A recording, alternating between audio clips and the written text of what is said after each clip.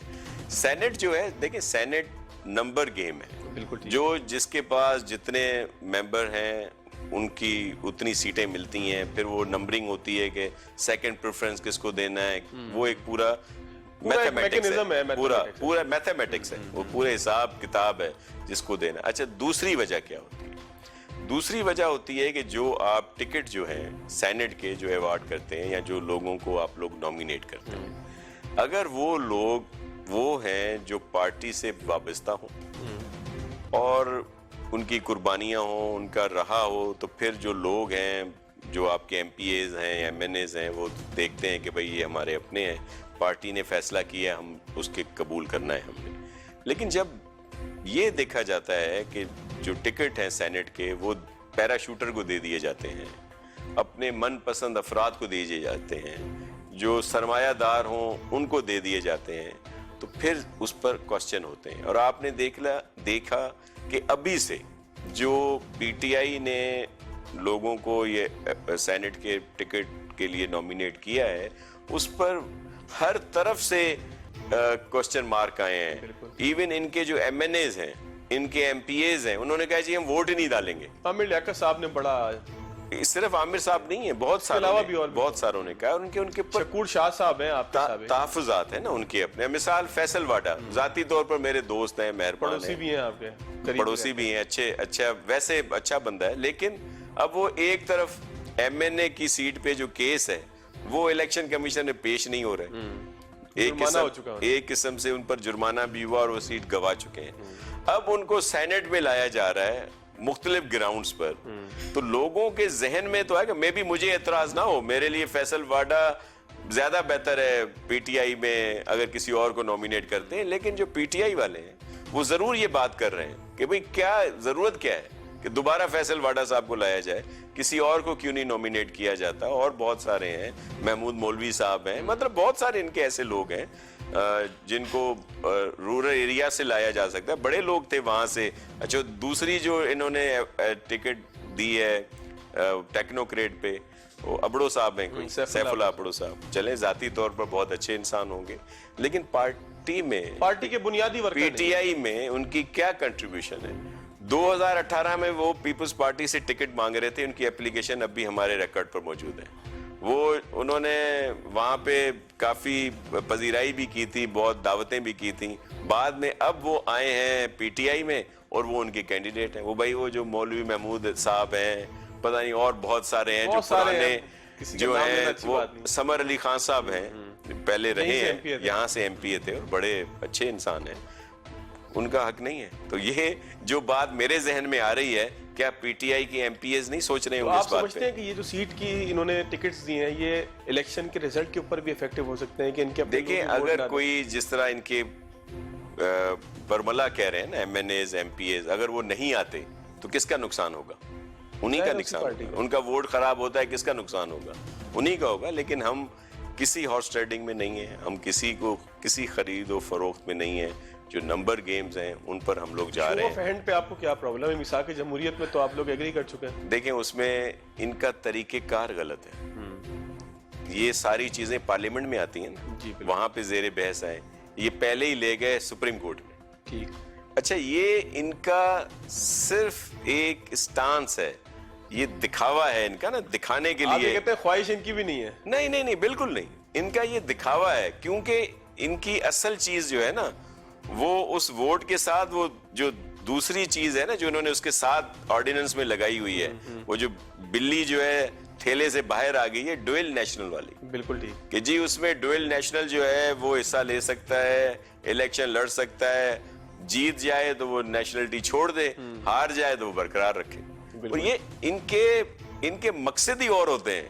یہ سامنے ایک بات کرتے ہیں, ان کے پیچھے پسے پردہ جو ہے ان کے عزائم ہی کچھ اور ہیں. ان کو بجائے اس کے کہ پارلیمنٹ میں لائیں, پارلیمانی لیڈر سے بات کریں یا جو ممبر ہیں ان سے بات کریں, تو ہو یہ سیدھے چلے گئے سپریم کورٹ میں. اچھا پھر کیا کیا انہوں نے؟ ایک آرڈیننس بھی لیا ہے. نہیں, پھر ایسے ہی دکھاوے کے لیے پارلیمنٹ میں بھی لائے, دکھاوے کے لیے, اور بڑا جلدی میں پیش کیا بغیر کسی اس کے جو بحث ہوتی ہے, یا اسٹینڈنگ کمیٹی میں نہیں لے کے گئے, دیگر چیزیں نہیں کی, اور پھر آرڈیننس لے آئے.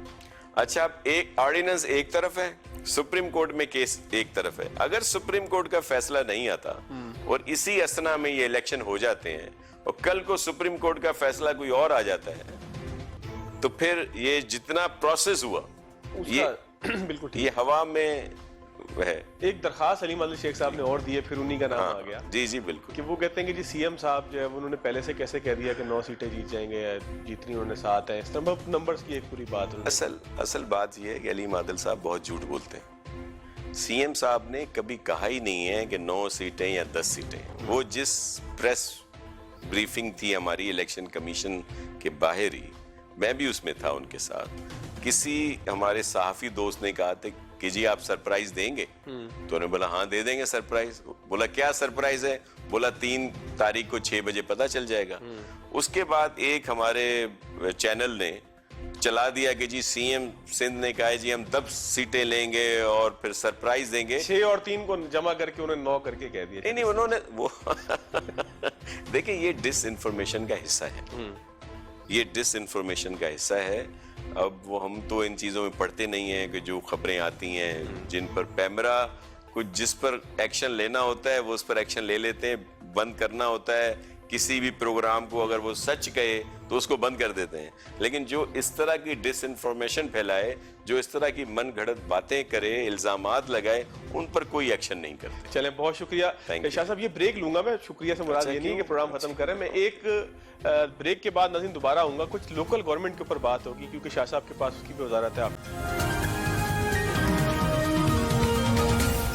بریک کے بعد ایک مرتبہ پھر خوش آمدید. ناصر حسین شاہ صاحب ہمارے ساتھ موجود ہیں. شاہ صاحب SLGA 2013 وسیم اختر صاحب سارا عرصہ روتے رہے کہ اختیار نہیں ہے, اب آپ دوبارہ اسی آرڈیننس کی بنیاد پہ یا اسی ایکٹ کی بنیاد پر جو ہے وہ الیکشن آپ اسی پہ کروائیں گے, ترمیم کریں گے, اختیارات دیں گے نہیں دیں گے, اس کو کیوں بہتر سمجھتے ہیں؟ ساتھ ایک پورا اگر سوال کو میں کمپلیٹ کر لوں تو آپ لوگ جو ہے وہ 18ویں ترمیم اور NFC کے اوپر تو کافی جو ہے وہ شور شرابہ ہوتا ہے, پیپلز پارٹی اس کا تحفظ کی بات بھی کرتی ہے, لیکن نیچے آپ لوگ فائنانس کمیشن نہیں دیتے جو پروونس کا ہوتا ہے. تو ان 3-4 چیزوں کا کیا آپ وزیر بلدیات کی حیثیت سے کیا کہیں گے؟ دیکھیں میں آپ کو ایک عرض کروں کہ اس وقت جو قوانین موجود ہیں نا SLGA 2013 جو آپ کہہ رہے ہیں, اس کے تحت تو تمام اختیارات ان کے پاس تھے. لیکن میرا ذاتی طور پر یہ ہے خیال بھی, کیونکہ میں خود 2 دفعہ ناظم رہا ہوں, 2 ٹینیور اپنے ڈسٹرکٹ کا, کہ ان کو مزید اختیارات دینے چاہیے. یہ بھی جو قوانین بنے تھے نا یہ بڑی عجلت میں بنے تھے. اس کی وجہ کیا تھی کہ چیف جسٹس صاحب جو اس وقت کے تھے وہ چاہ رہے تھے کہ میں کوئی کر کے دکھا دوں, اور انہوں نے ایک بالکل شارٹ ٹائم پیریڈ دیا کہ جی اس میں بنا لیں اور الیکشن کر. حالانکہ انہی چیف جسٹس کے پاس میں خود پٹیشنر رہا ہوں, کیونکہ میں سندھ لوکل کونسل ایسوسی ایشن کا صدر تھا, اور میں ان کے پاس تمام جو ہمارے صوبائی صدر تھے اپنی اپنی ہائی کورٹ میں تھے, پھر سپریم کورٹ میں تھے. وہ 2 سال تو انہوں نے ٹچ ہی نہیں کیے ہمارے کیس. اگر وہ سنسیئر ہوتے اس بلدیاتی نظام کو بہتر کرنے میں تو وہ ہماری سنتے نا. بالکل ٹھیک. سندھ ہائی کورٹ کا فیصلہ تھا کہ الیکشن کرائے جائیں, بہتر کرائے جائیں, جس میں میں پٹیشنر تھا. بلوچستان ہائی کورٹ کا فیصلہ تھا جس میں مقبول لہڑی صاحب پٹیشنر تھے. اور پھر ہم سپریم کورٹ میں بھی گئے ہوئے تھے, لیکن اس وقت انہوں نے ایسے ہی پڑے رہے. وہ جب بھی ان کے سامنے کھڑے ہوتے تو ان کو کبھی انہوں نے کیس ہمارے نہیں اٹھائے. شاہ صاحب قطع کلامی کی معذرت, مجھے صرف یہ بتائیے گا کہ ایک سسٹم تھا جس کے اندر آپ سکھر کے ناظم تھے, جی جی, اور پھر اسی سسٹم میں نعمان اسلام شیخ ناظم تھے. لازم نہیں رہے, وہ میئر تھے, نہیں رہے وہ بھی. نعمان نے بلکہ ارسلان ابھی میئر رہے, تھوڑا سا نام میرا صحیح جی ہے. جی ارسلان. تو وہ دونوں سسٹمز کو آپ ایک ہی سمجھتے ہیں؟ نہیں دیکھیں, ایک نہیں تھے نا, میں وہی تو کہہ رہا ہوں کہ یہ جو 2013 والا تھا یہ اجلت میں بنایا گیا. اس میں بہت سارے ایسی ایشوز تھے جن کو بہتر کیا جا سکتا ہے, اور ہم اب چاہتے ہیں کہ ان کو مزید اختیارات دیے جائیں. لیکن جس بات کو آپ کہہ رہے ہیں نا کہ میئر صاحب جس بات کا رونا روتے رہے کہ جی ہم کچھ نہیں کر سکے, یا دوسرے ڈی ایم سیز کے چیئرمین, اب یہ ایڈمنسٹریٹر آئے ہیں نا, اب میں آپ سے ریکویسٹ کروں گا کہ آپ مختلف ڈی ایم سیز کو وزٹ کریں اور کے ایم سی کو بھی وزٹ کریں. بالکل ٹھیک. اب آپ جا کے دیکھیں کہ کیا اس اسنا میں جب سے یہ الیکٹڈ لوگ جب سے گئے ہیں اور اب یہ ایڈمنسٹریٹر رکھے گئے ہیں, کیا کوئی نیا ٹیکس لگایا ہے یا کسی ٹیکس کی اس میں ہم نے اضافہ کیا ہے؟ وہی ٹیکس ہیں, وہی چیزیں ہیں, لیکن اس وقت وہاں پہ ریکوری زیادہ بہتر ہو رہی ہے. آپ ان کے اکاؤنٹس جا کے دیکھیں تو اس میں آپ کو اس وقت کروڑوں روپے ملیں گے, کیونکہ وہ پیسہ خزانے میں آ رہا ہے. بالکل ٹھیک ہے. اخراجات میں آپ کو ایک بڑا نظر آئے گا, ڈفرنس نظر آئے گا کہ جو اخراجات مہینے کے تھے, کیونکہ ابھی 4-5 ہی مہینے ہوئے نا, تو اس میں آپ کو نظر آئے گا کہ کتنا بڑا فرق ہے, کہ کروڑوں روپے کا فرق ہے. ڈی ایم سیز میں چلے جائیں, کے ایم سی میں چلے جائیں, یعنی کہ لیکیج نہیں ہو رہی, لیکیج نہیں ہو رہی. لیکن جو اختیارات تھے نا اس میں تو آدمی کام کرتا ہے نا. بالکل ٹھیک. جو چیزیں تھیں لیکن انہوں نے اس میں بھی بہتری نہیں لائی. آئندہ الیکشن اسی پہ کروائیں گے؟ نہیں, آئندہ الیکشن کے لیے چیئرمین بلاول بھٹو زرداری صاحب نے خصوصی طور پر ہدایات دی ہیں کہ اس سسٹم کو بہتر کیا جائے تاکہ جو ڈیلیوری ہے, سروس ڈیلیوری, وہ بہتر ہو. ایک اور بات آپ کو بتا دوں کہ یہ صرف پاکستان پیپلز پارٹی سندھ گورنمنٹ ہے جس نے اس اداروں کی جو الیکٹڈ لوگ آئے تھے ان کا ٹرم پورے ہونے دیا. اس کے باوجود کہ کراچی جو سب سے سندھ کا ہمارا سب سے بڑا شہر ہے, اس کے میئر پیپلز پارٹی سے تعلق نہیں رکھتے. حیدرآباد دوسرا بڑا شہر ہے, اس کے میئر پیپلز پارٹی سے تعلق نہیں رکھتے تھے. میرپور خاص ہمارا بہت بڑا شہر ہے, وہاں کے چیئرمین ہمارے نہیں تھے. اور پھر ہمیں ایک بڑا موقع ملا. موقع کس نے دیا؟ فیڈرل گورنمنٹ نے, پی ٹی آئی کی حکومت نے. انہوں نے کیا کیا کہ پنجاب میں جو یہ منتخب لوگ تھے ان کو 2 سال پہلے گھر بھیج دیا. بالکل ٹھیک. ان کے ادارے تحلیل کر دیے اور وہاں پہ ایڈمنسٹریٹر رکھ دیے. ہمارے اوپر بڑا پریشر آیا یہاں پہ. انہوں نے کہا جی وہ فیڈرل گورنمنٹ پنجاب حکومت نے یہ کر دیا ہے, آپ بھی ابھی کر دیں. لیکن میرے چیئرمین بلاول بھٹو زرداری صاحب نے کہا کہ نہیں, جن کے پاس مینڈیٹ ہے بھلے ہمارے نہ ہو, آپ ان کا ٹرم پورا کریں, انہیں مکمل سپورٹ کریں. یہ جو میئر صاحب کو شکایت کرتے تھے, آپ پورا بجٹ دیکھ لیں, ریکارڈ پہ موجود ہے کہ سوائے کے ایم سی کے پوری سندھ میں کتنے ادارے ہیں ہمارے. کے ایم سی کو ہی کم از کم 50 کروڑ روپے ماہانہ علیحدہ سے سندھ گورنمنٹ دیتی آئی ہے ہر ماہ. یہ ہم ایچ ایم سی کو نہیں دیتے, ایس ایم سی کو نہیں دیتے, ایل ایم سی کو نہیں دیتے, لاڑکانہ میونسپل کارپوریشن کو نہیں دیتے, لیکن کراچی کو دیتے رہے ہیں. شاہ صاحب کچھ آخری 2-3 منٹ ہیں. کراچی پیکج کے حوالے سے 1100 ارب تھے, کچھ اس میں ایک بڑا حصہ آپ کا تھا 700-750 ارب. وہ پھر تھوڑا سا فگرز بعد میں تبدیل بھی ہوئے. پہلے میرا خیال ہے 800 ارب کے قریب تھا, 702, اس طرح 2-3 فگرز اس میں آتے رہے. کراچی پیکج کہاں پر پہنچا؟ کیا علی زیدی صاحب اور سی ایم صاحب کے درمیان جو تلخی ہوئی اس کے بعد وہ تلخی کے اندر رہ گیا؟ دیکھیں, ہم یہ تلخی نہیں تھا, وہ ویسے ذاتی طور پر علی زیدی صاحب میرے محترم ہیں, لیکن وہ ان کا ڈرامہ تھا اس دن جو سی ایم ہاؤس میں ہوا. دیکھیں اگر وہ ڈرامہ نہ ہوتا نا اور وہ حق پر احتجاج کر کے اٹھ کے چلے گئے جیسے, یا جو ان کا رویہ تھا, تو ان کے ساتھ اسد عمر بھی چلے جاتے, ان کے ساتھ امین الحق صاحب بھی چلے جاتے, ان کے ایم این اے جو انجینئر صاحب تھے وہ بیٹھے ہوئے تھے وہ بھی چلے جاتے. انہوں نے تو نہیں گئے ان کے ساتھ. کیا وہ کراچی کے مسائل کے لیے سیریس نہیں ہے؟ کیا اسد عمر کو اندازہ نہیں ہے کراچی کے مسائل کا؟ یا امین الحق صاحب جو ایم کیو ایم سے کرتے ہیں، ایم کیو ایم سب بڑا دعویٰ ان کا ہے، تو کیا وہ سیریس نہیں تھے؟ بات ہی نہیں تھی.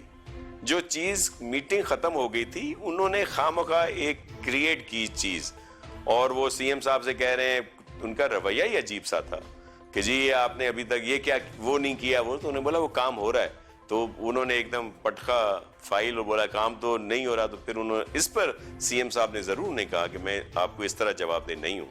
تو وہ اٹھے اور کچھ کہتے ہوئے چلے گئے. ہم میزبان تھے، ہماری روایات ہیں اپنی، تو ہم نے تو انہیں کچھ نہیں کہا.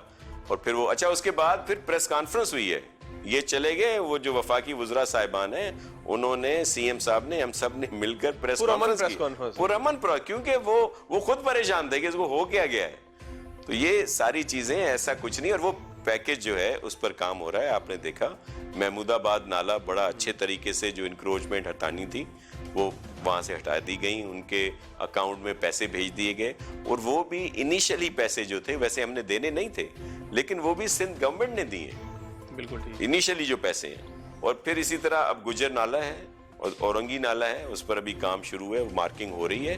لیکن ہم نے یہی کہا ہے کہ پہلے جو وہاں پہ رہنے والے ہیں ان کا کوئی نہ کوئی بندوبست کریں، اس کے بعد وہ آپریشن. شاہ صاحب 20 سیکنڈ میں جواب دیجیے گا. پارٹی کا استحقاق ہے ٹکٹ جس مرضی کو دے. پلوشہ بہرام خان صاحبہ کے حوالے سے اعتراض ایک سندھ میں ایک خاص طبقہ کر رہا ہے، آپ سمجھتے ہیں کہ اعتراض ویلڈ ہے یا پارٹی کا استحقاق ہے جس کو مرضی ٹکٹ دے؟ ہوتا رہا ہے ماردی میں بھی. میری بات سنیں، پلوشہ کوئی بہت بڑی کوئی سرمایہ دار نہیں ہے یا کوئی ایسے فیملی سے تعلق نہیں رکھتی کہ جنہوں نے بھی بہت بڑا کوئی فنڈ دیا ہو. وہ ایک عام کارکن ہے، ہماری ایم این اے رہی ہیں، بڑا اچھا فیس ہے، بہت اچھا بولتی ہیں، ٹیلنٹڈ ہیں.